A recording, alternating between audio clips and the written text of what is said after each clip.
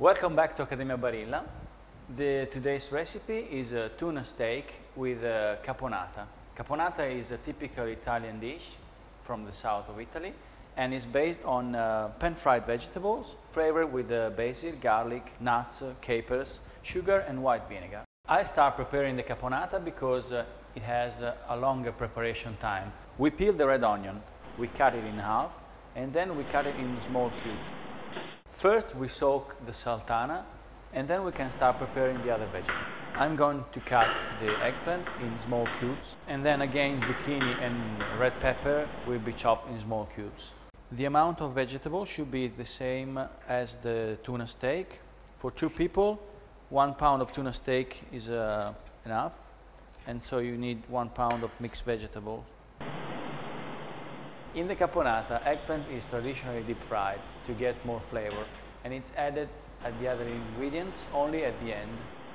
In a frying pan, we put extra virgin olive oil, and then we start cooking the red onion first, then the red pepper, and at last the zucchini. After 3 or 4 minutes, we can start adding the other ingredients. Capers, soaked sultana, pine nuts, sugar, white vinegar, pistachios, and the deep fried eggplant. Once the caponata is ready, you can keep it in a warm place and start cooking the tuna. Season the tuna steak with salt and pepper. Tuna steak should be at least 1 inch thick. And then in a hot pan, we put extra virgin olive oil, crushed garlic, and when it's really hot, we start cooking the tuna. With a very hot pan, after 1 minute, it's time to flip it over. And as you can see, it's perfectly sealed. Same time on the other side, so nearly 1 minute and a half. You can decide to serve the whole steak as it is, or cut it in slices and serve it next to the caponata.